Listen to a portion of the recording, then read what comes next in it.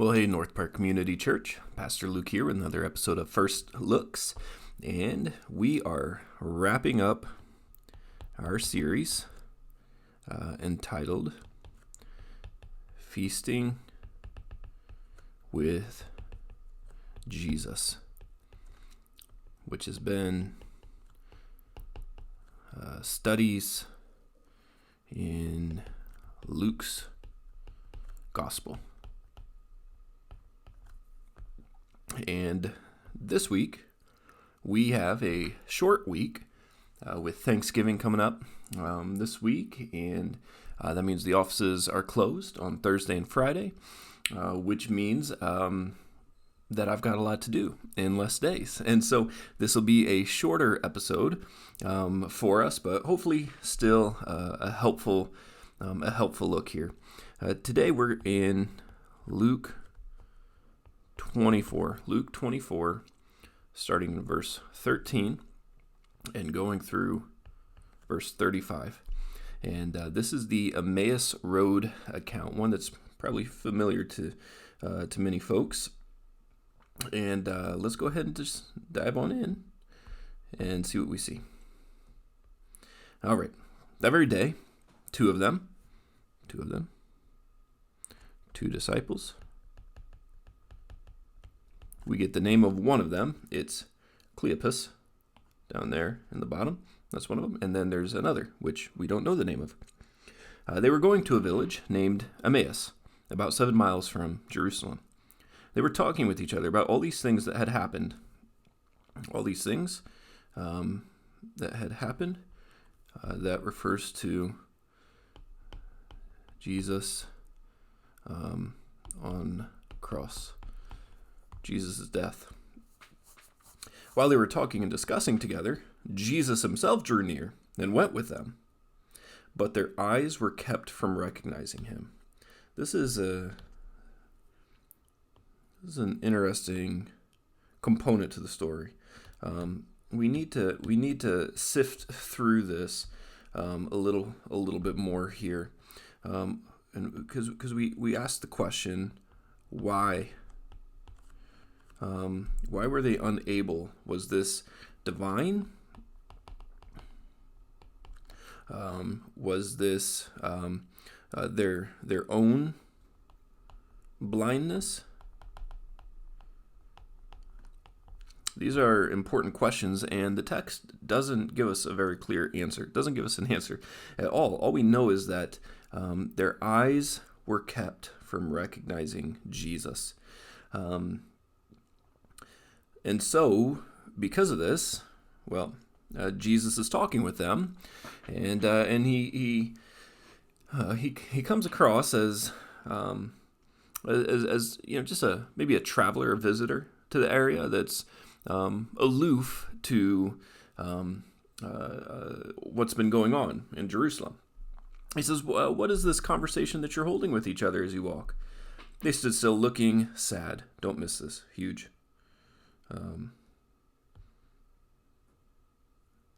And they stood still, looking sad.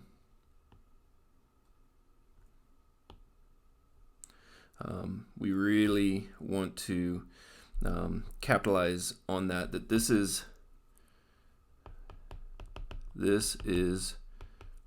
their current state,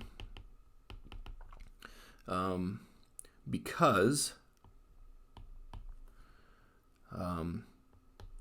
they didn't know / understand, maybe, the reality of the resurrection. Okay, so they don't have a mental shelf space for Jesus coming back from the dead. When he died, it was over. Their hopes were dashed. Anticipation was gone, and so they are sad. They're mourning the loss of Christ. Then one of them, named Cleopas, answered him, "Are you the only visitor in Jerusalem who does not know the things that have happened in these days?" And Jesus said, "What things?" And they said to him, "Concerning Jesus of Nazareth, a man who is a prophet, mighty in deed and word before God and all people." Okay. Let's make note of that. A prophet. Was Jesus a prophet? Yes. Was he much more than a prophet? Oh, yes. And so we ask, did they fully grasp who Jesus was? Was he only a prophet to them, or was he more? He was mighty in deed and word before God and all people. And have you not heard concerning Jesus how the chief priests and rulers delivered him up to be condemned to death and crucified him? This is a huge statement that we're about to see here. But we had hoped that he would redeem Israel. Whew! Whew! Isn't that beautiful irony right there? We had hoped that he would redeem Israel, which is exactly what he did. Just not in the way that they ever would have anticipated it. He was victorious on the cross. He was victorious through his resurrection. Redemption was made available, but he had to go through the cross, through the grave, and through the resurrection. And so there's such an irony here. Okay, and yes, besides all this, it is now the third day since these things happened. Moreover, some of the women of our company amazed us. They were at the tomb early in the morning, and when they did not find his body, they came back saying that they had seen a vision of angels who said that he was alive. Some of those who were with us went to the tomb and found it just as the women had said, but him they did not see. So what we have going on here is we've got some initial reports, but it seemed too good to be true, and that's why. But him they did not see. Seemed too good to be true. Maybe the women just had wishful thinking. Maybe they saw him just because they wanted to so badly, and they just contrived this vision in their own minds in the midst of their emotional state. But when some others went, they didn't see Jesus. And now Jesus is going to start talking. And he said to them, as Jesus now, "O foolish ones, slow of heart to believe all that the prophets have spoken. Was it not necessary that the Christ should suffer these things and enter into his glory? And beginning with Moses and all the prophets, he interpreted to them in all the scriptures the things concerning himself." And here we've got a nice little hermeneutical principle that the Old Testament was pointing to and anticipating all that happened as it happened, meaning the very way that it unrolled was anticipated through the scriptures.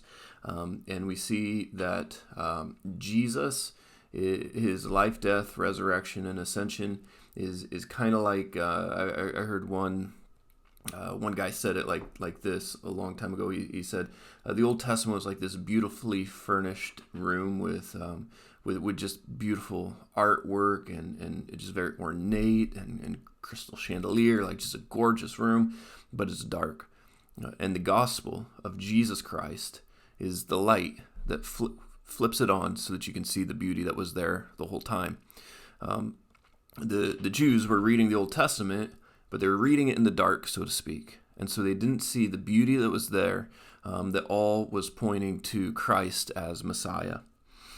And so Jesus, he unlocks the scriptures to show them how it was all pointing to this. And it was not a hopeless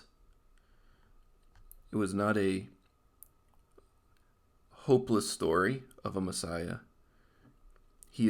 This is the way to glory. And so, all right. And so they drew near to the village to which they were going, and Jesus acted as if he was going to go further, but they urged him strongly, saying, "Stay with us." So now they force their hospitality upon him. That's the language right there in the Greek. Urged him strongly. It's like they grabbed him and drug him in. It's not actually what they did. It's just saying they strongly persuaded him. They insisted upon it that he stay with them. For it's toward evening, and the day is now far spent. So he went in to stay with them. And here we go. Here's our theme. And when he was at table with them, he took bread and he blessed it, and he broke it and he gave it to them.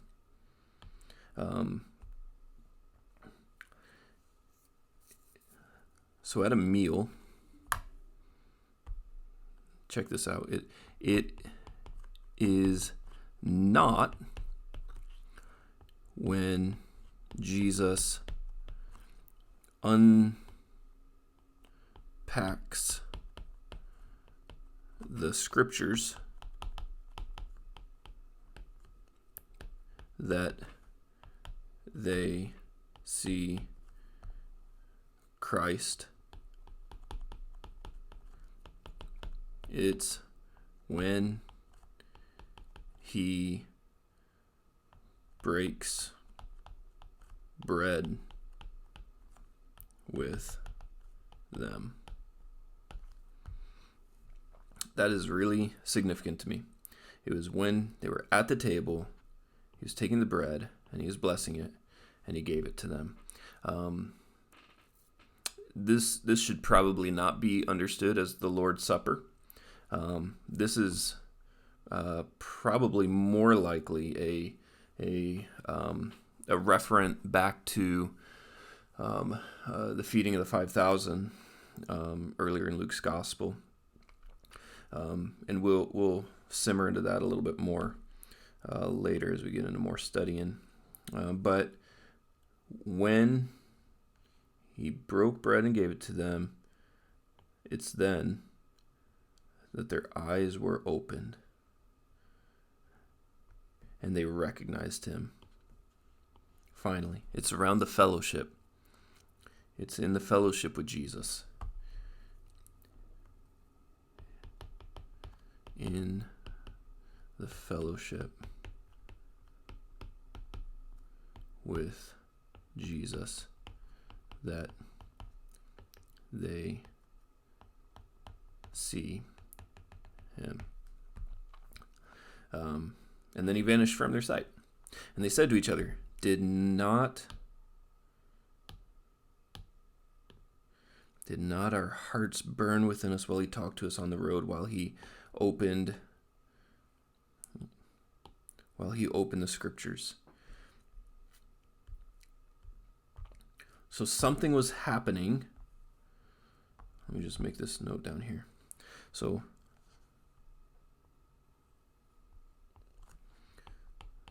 something was happening as they understood the scriptures, their hearts burned within them. But understanding is not the same thing as experiencing. I think that's going to be an important part in my sermon, and I'm going to have to be careful with that because experience is that's a dangerous word, which is unfortunate because it's an important word, and I think it's critical that we experience Christ. And I don't know that we can say that we've had genuine Christian conversion and fellowship with Jesus if we cannot say that we've experienced him. However, there's just a number of abuses, emotionalism and experientialism can sometimes just totally destroy the proper understanding of what should be going on. When you make it become something like if you didn't have a tickle in your toe while you were singing, then you didn't experience Jesus and whatnot, and we can start going down that road, which is a dangerous road to go down. But we can't deny something that's in the scriptures for fear of the abuse. We must do the hard work of teaching it clearly, so that it can be rightly understood, and that's on me to make sure that I do that. And so please pray for that. Just to finish up here, and they rose that same hour, went to Jerusalem. They found the 11. Those who were with them gathered, saying, "The Lord is risen indeed, and has appeared to Simon." And then they told what happened on the road, how, this is just my point right here, and how he was known to them in the breaking of the bread. Catch that. He was known to them in the breaking of the bread. In the fellowship is where he became known to them. So this is goodness. This is a beautiful story. I'm really excited to preach this, and it's challenging to me, just with that final point right there of how do you articulate it? I feel like experience with Jesus is something that I can kind of understand in my own experience, but how do you teach this and unfold this and rightly articulate what it is that's happening and how you can engage with it as a believer is I feel like it's just a little trickier. So I'm gonna have to do my homework, and again, I'm gonna need your prayers. So either way, I'm excited for this, church. I hope that you have a great Thanksgiving. I hope that you feast well, and you feast well not by eating a bunch of food, but by celebrating Christ. May your Thanksgiving be a celebration of gratitude and thankfulness to Christ, our King, the giver of every good gift. All right. I love you, church, and I will see you on Sunday.